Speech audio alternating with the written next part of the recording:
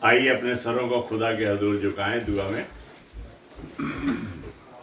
कुद्दूस कुद्दूस कुद्दूस रब्बुल अफ़वाज, आसमान और ज़मीन के खालिक व मालिक, हमारे पैदा करने वाले आसमानी बाप, तहे दिल से तेरे शुक्रगुजार है कि तूने आज की ज़िंदगी के अंदर हमारे को ये फिर से पाम संडे दिखाया है। आए खुदावन, हम तहे दिल से तेरा शुक्रिया अदा करते हैं कि तेरी अजीम कुर्बानी के लिए तूने आए खुदावन हल पे हाथ रख के आगे की तरफ बढ़ा और तू अपने आप को अलग कर लेता है ताकि आए खुदा बलिदान होने के लिए तैयार हो जाए।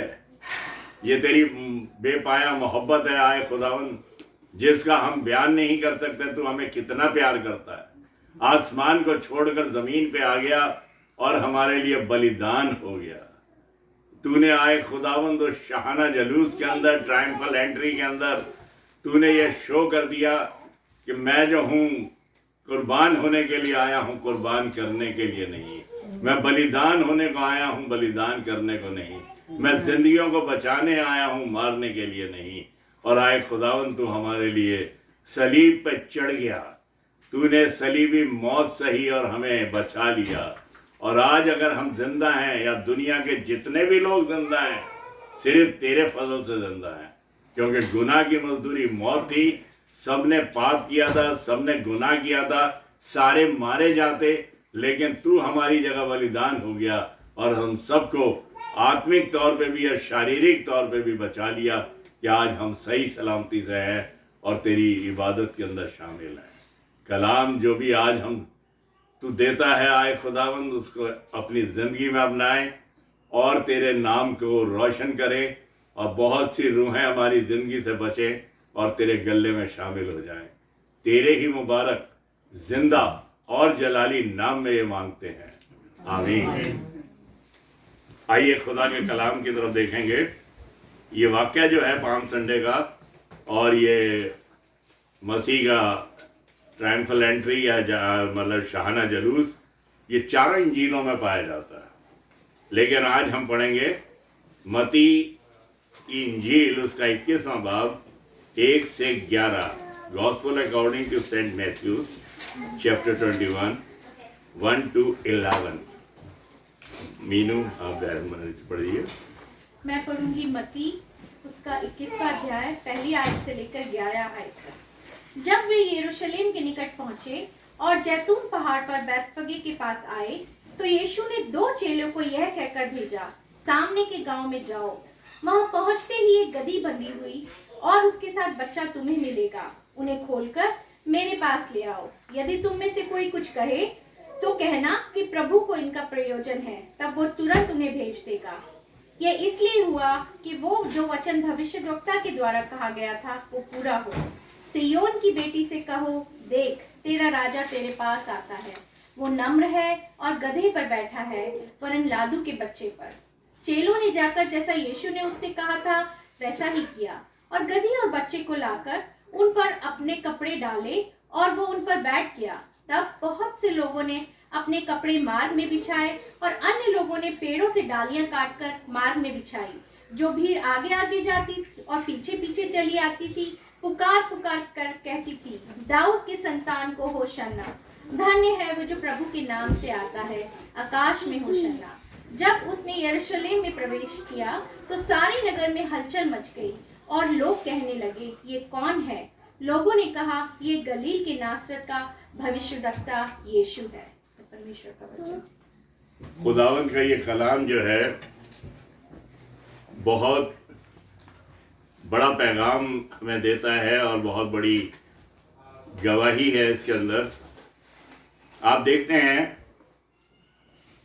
कि मसीह जो था सारी जिंदगी खिदमत करता रहा और एक वक्त ऐसा आ गया जबकि उसे था कि मुझे इस दुनिया से जाना है और अपने आप को जाहिर करना था कि मैं इस दुनिया में क्यों आया हूं।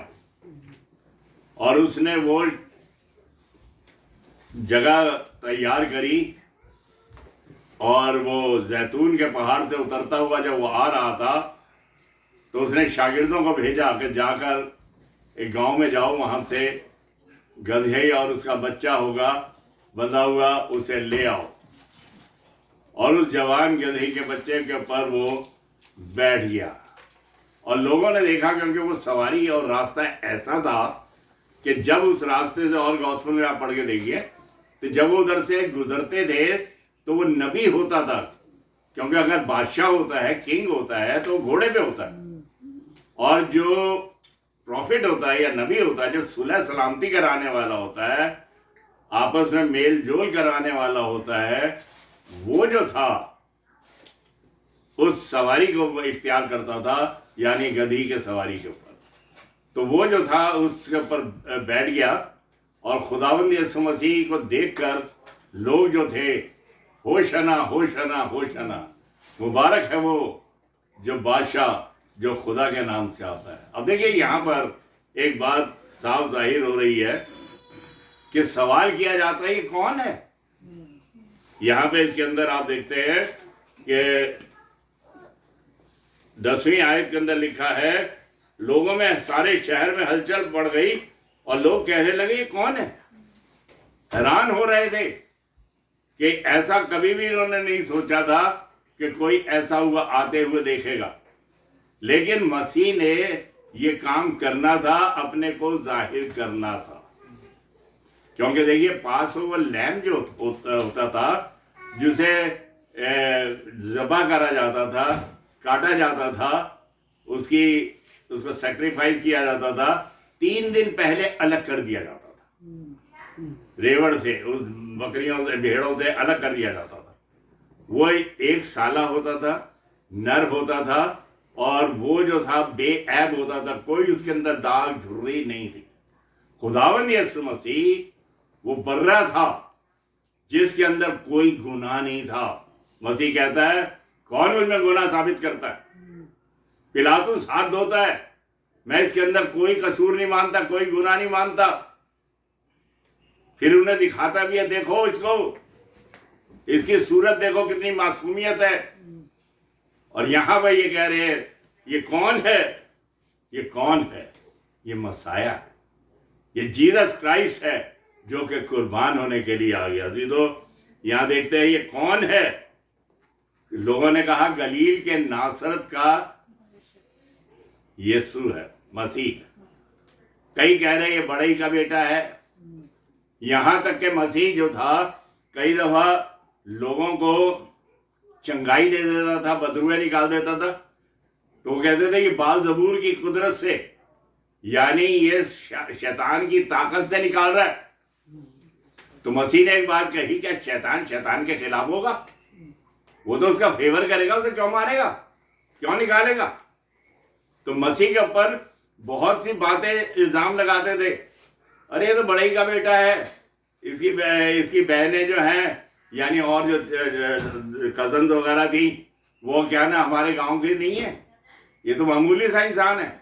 मसीह को बिल्कुल कुछ नहीं समझ रहे थे। जितने भी लोग थे, फकीर और फरीसी, जितने हाई प्रीस्ट वगैरह दूसरे थे, वो सारे के सारे मसीह का मजाक उड़ाते थे, मसीह को बिल्कुल हेच और मामूली सा समझते थे। तो यहाँ पे सवाल है, ये कौन है? यानी गलील के नासरत का बड़ई का बेटा यीशु है। मत्ती 21:1-11 जो मैंने पढ़ा अभी आपको।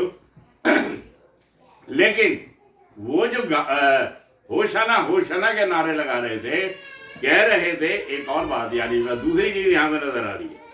ऊपर तो कह दिया कि गलील के नासरत का नबी यीशु है, दूसरी चीज यहाँ पे कह रहे हैं, मुबारक जो खुदा के नाम से आता है और सादिक है, right, he is righteous, he is coming from God, खुदा की तरफ से आता है और बादशाह है। आए सय्यून की बेटी, डॉटर ऑफ ज़ायन, सय्यून की बेटी इजराइल, खुश हो, देख तेरा बादशाह आता है। उसे बादशाह था, जबकि सवारी जो थी उसकी नबी की थी, प्रॉफिट की, जो मेल कराने जाता था, सुलह सलामती कराने के लिए जाता था। और यहां पर जो था, आप देखते हैं,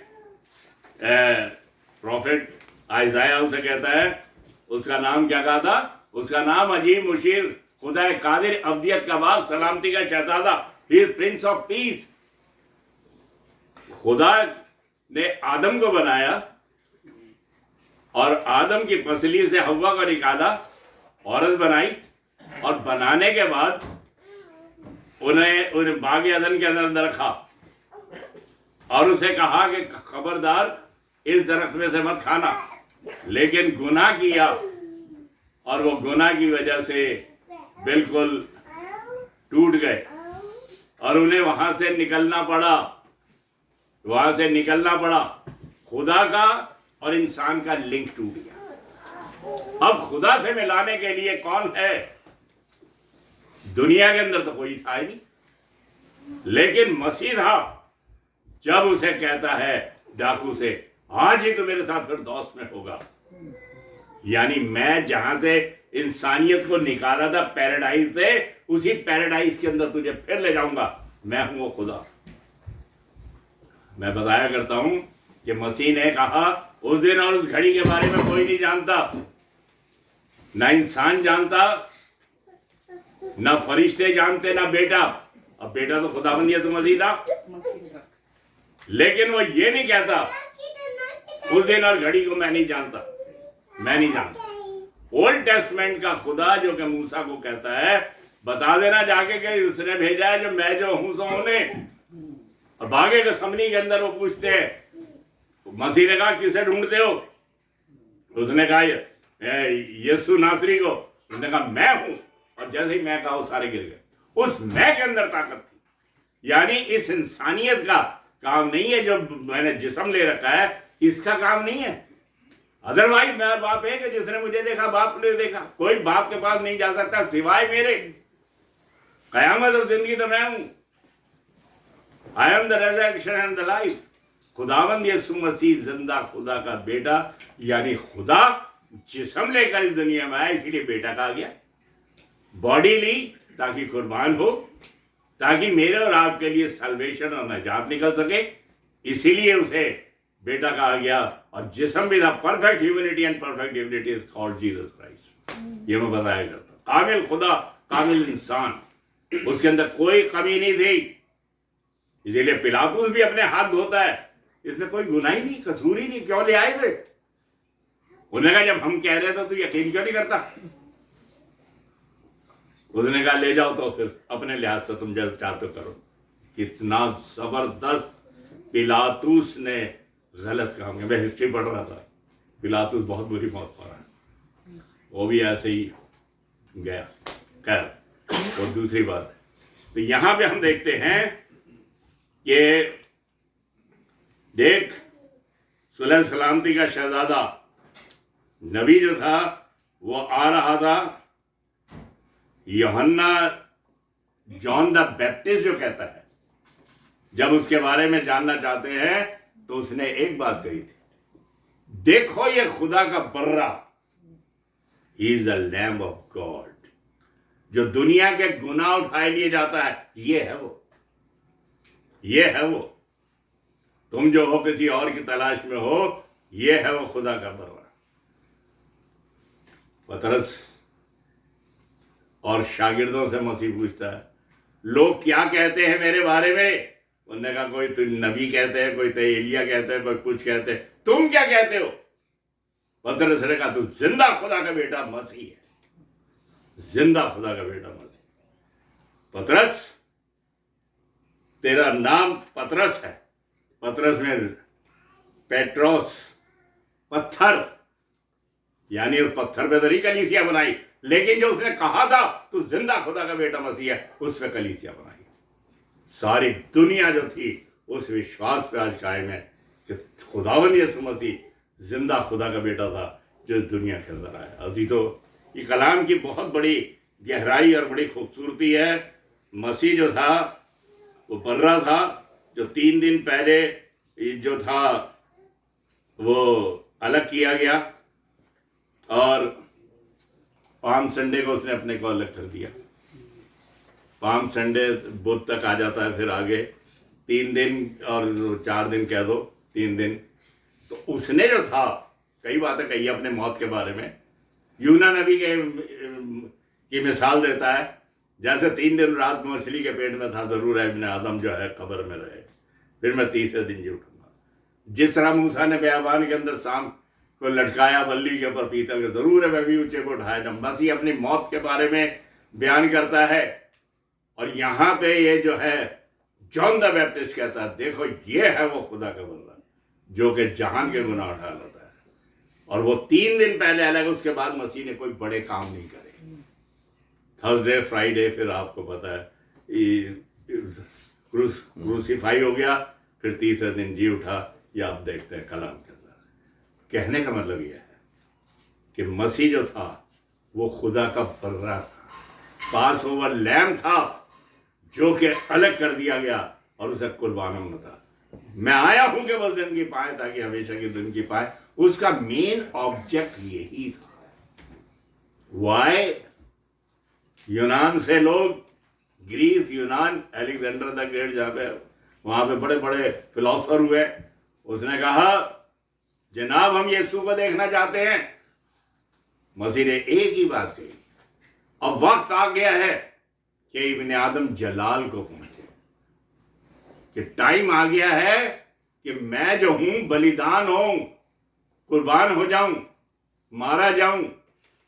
मेरे सैक्रिफाइस का टाइम आ गया, वो मरने के लिए मुझे तैयार होना है इस समय। और फिर कहता है गेहूं का दाना जब तक जमीन में गिर के मर नहीं जाता अकेला। मेरी जिंदगी के अंदर, मैं डेली रीडिंग पढ़ रहा था, तो एक बड़ा जबरदस्त फिलोसफर था, वो कह रहा कि लोग ये कहते हैं कि मुझे कैसे जीना है, लेकिन मैं ये कहता हूं मुझे कैसे मरना है। मैं ये जिंदगी के अंदर ढूंढता हूं मुझे कैसे मरना है। अरे अगर मरूंगा नहीं तो जिंदगी कहां से पैदा होगी, अकेला रह जाऊंगा। इटर्नल लाइफ, जब तक कि मैं जमीन में नहीं गिर जाऊंगा, जब तक मैं अपने आप को बलिदान नहीं कर दूंगा, जब तक मैं कुर्बान नहीं हो जाऊंगा, तो जिंदगी कहां से निकलेगी। तो मैं जो हूं ये नहीं देखता कि मुझे जीना कैसे है, मुझे ये देखना कुर्बान कैसे होना है, बलिदान कैसे होना है, ताकि मेरे अंदर से वो जिंदगी निकले जो खुदावंद यीशु मसीह आया। खुदावंद यीशु मसीह कुर्बान होने आया था, जीने के लिए नहीं आया था। वरना ओल्ड टेस्टमेंट में सबसे लंबी उम्र मेतुसला की थी 969, 969 साल। क्या मसीह 1000 साल नहीं जी सकते? उसने पतरस को कहा, कहता इस शागिर्द के बारे में बता दे भाई, मुझे तो तूने कह दिया कि मारा जाएगा, पकड़ा जाएगा, गिरफ्तार होगा, इसके बारे में। मसीह ने कहा अगर कि मैं चाहूं तो मेरे आने तक ये जिंदा रहे, मैं कर सकता हूं। अगर मैं चाहूं तो, खुदा सब कुछ कर सकता है, तो खुद नहीं जी सकता था दादा? क्यों 33.5 साल तक जिया वो? कलाम मुकद्दस उसका मकसद एक था, मैं आया हूं कि वो जिंदगी पाए और हमेशा की जिंदगी पाए। वो कुर्बान होने के लिए आया था, वो बर्रा कुर्बान होने के लिए आया, जिसके लिए जॉन द बैप्टिस्ट कह देता है देखो ये खुदा का बर्रा। इजराइल कौम जो थी चिल्ला रही थी, बादशाह से रिक्वेस्ट करती थी, होशाना होशाना, हम मारे जा रहे हैं, हमें बचा ले। ये दरखास्त करते थे बादशाह से, हमें बचा ले। डबल स्लेवरी में थे, एक तो रोमन गवर्नमेंट के अंडर थे, दूसरे सिन के अंडर थे, पापी थे, गुनाह के अंदर थे, और वो जो थे चिल्ला रहे थे। खुदावंद यीशु मसीह बिल्कुल खुश नहीं था। मैं आपको बता रहा हूं इस समय क्यों नहीं खुश था, 2 बजे बताऊंगा मैं आपको। वो जो जानता था, एक तो ये हैकल के अंदर जब उसने जाके देखा, हैकल के अंदर तिजारत का अड्डा बना रखा, वहां पे जो है क्या नाम, सर्राफों के तख्ते उलट दिए मसीह ने उसी टाइम पर। और उसने कहा मेरे बाप का घर जो है इबादत का घर है, तुमने डाकुओं की खो बना रखा है। वो लोग जो थे बनते रूहानी थे, मनी एक्सचेंज करते थे, उसमें भी पैसा मार लेते थे, हर तरह की बुराई थी उसके अंदर। हैकल के अंदर बैठे हुए समझो एक तरह से जुआ खेल रहे थे या लोगों को ठग रहे थे। नंबर 1। नंबर 2, मसीह खुदा था। मसीह खुदा था, वो ये जानता था। अभी ये चिल्ला चिल्ला के कह रहे हैं होशना होशना, 3 दिन बाद कहेंगे सलीब दे सलीब दे सलीब दे। मसीह जानता था, उनके दिल और गुर्दों का जानने वाला था, इसीलिए उसे खुशी नहीं होती थी। यरूशलेम के पास आके आया वो, आई यरूशलेम आई यरूशलेम, कितनी बार मैंने चाहा कि तुम्हें बचा लूं, जिस तरह से मुर्गी अपने बच्चों में पर तले छुपा लेती है, लेकिन तुमने ना चाहा। मैं तो बचाने के लिए आया हूं, तुम बचना नहीं चाह रहे, मुझे कबूल नहीं कर रहे। पतरस और पौलुस भी कहता है, अगर वो जानते तो जिंदगी के मालिक को मसलूब ना करते। अगर वो जानते तो मसीह को सिर्फ जाना है किसी ने, तो सलीब पे डाकू ने जाना। उसने एक बात कही थी, उसको पढ़ के देखिए आप, तू खुदा से भी नहीं डरता, उसे खुदा माना। हम तो अपने किए की सजा पा रहे, अपने को पापी माना। ये बेकसूर है, उसे बेकसूर माना। और तीसरी बात जो फाइनल बात कहता है, जब तू अपनी बादशाह में आए, उसे पता था नहीं मरेंगे तो टांगे तोड़ देंगे, मरना तो जरूर। एक कम 39 कोड़े क्यों मारा जाते थे बता सकते? 40 क्यों नहीं?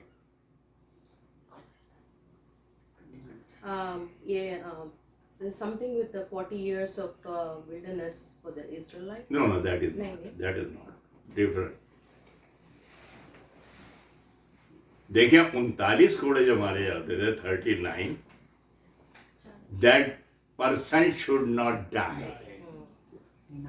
मसीह को इतने कोड़े मारे, लहू लुहान कर दिया, लेकिन ये हुक्म होता था इसकी डेथ ना हो जाए, इसे सलीब पे जाना है, सलीबी मौत सहनी है। तो वहां पे भी मसीह को मैक्सिमम दुख तकलीफ और परेशानी का सामना करना पड़ता है। देखिए यहाँ पे, और हम जानते हैं कि वो दुखी होता है। कितनी बार चाहा मैंने तुम्हें बचा लूं, तुम्हें वहां से निकाल के लाया गुलामी में से, मिस्र की गुलामी में से, समुंदर को 2 हिस्से में कर दिया, वहां से निकाल के लाया। फिरौन की फौज आ रही थी, उसे डुबो दिया, वहां बचाया तुम्हें। कितनी जगह बचाया मैंने, सदरक मीशक अबेदnego जो आग की भट्टी में डाल दिए गए, वहां पे मैं पांव खड़ बीच में था, उनके बीच में चौथा। डैनियल की शेर की मांदों के अंदर मैं बैठा हुआ था, वहां पे शेरों के मुंह बंद कर रखे थे। कितनी बारी मैंने कौम को, अपने नबियों को और अपने लोगों को बचाया, लेकिन अब मैं आ गया हूं, अभी भी तुम नहीं मान रहे। खेत के अंदर जाके भेजा नौकरों को, जाके हालचाल पता करो, एक को भेजा उसे मार दिया, दूसरे को भेजा उसे मार दिया, बेटे को भेजा के भैया बेटे की तो मानेंगे, उसे भी मार दिया। अब खुदा क्या करेगा? अब तबाह कर देगा, क्योंकि खुदा जो है मौके बहुत देता है। कितनी बार चाहा मैंने कि तुम जिस तरह से मुर्गी अपने बच्चों को पर छुपा लेती है, बच्चों पर, लेकिन तुमने ना चाहा। अजी तो आखिरी बातें क्या के खत्म करूंगा।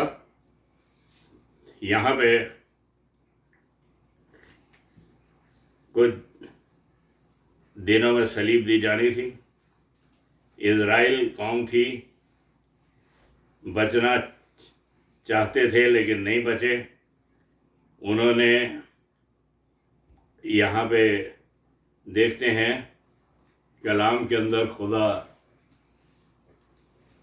इस समय बहुत ज़बरदस्त तरीके से ये काम करने के लिए आया था। और मैं यही कहता हूँ कि पाम संडे जो है ये एक ज़बरदस्त निशानी है खुदा की।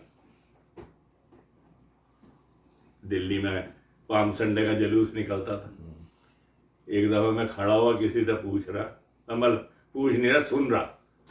वैसे तो हम आगे आगे जुलूस में होते थे, तो किसी ने पूछा, अरे यार इसे गधे के ऊपर क्यों बिठा रखा है?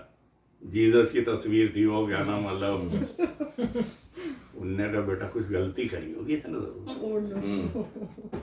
यानी दुनिया जो है उन्हें नहीं पता, उनका भी कसूर नहीं है, इसीलिए तो बाइबल में लिखा। अगर वो जानते तो जिंदगी के खुदावंद को बलिदान न करते।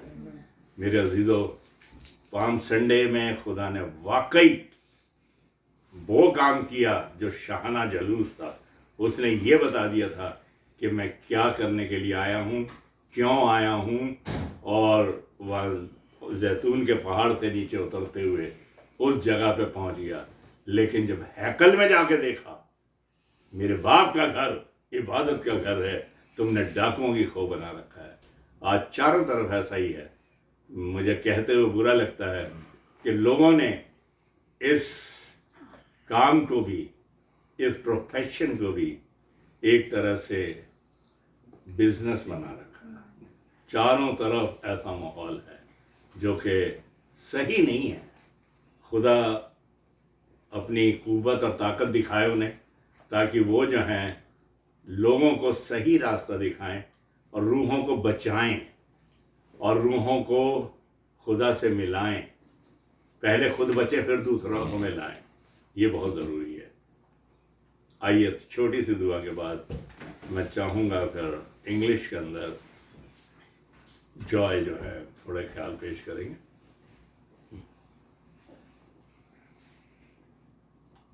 प्यारे खुदावंद, तेरा शुक्र करते हैं कि तेरे फजल से हमने ये कलाम हासिल किया। जो तूने दिया था वो हमने बांट दिया। तूने कहा तुम्हें मुफ्त मिला है, मुफ्त बांट दो। हम चाहते हैं कि वो जिंदगियां बचें, तेरे गले में शामिल हो।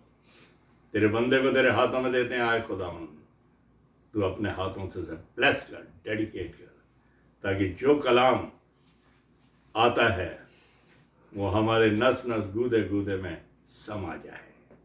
तेरे ही नाम की खातिर से आमीन।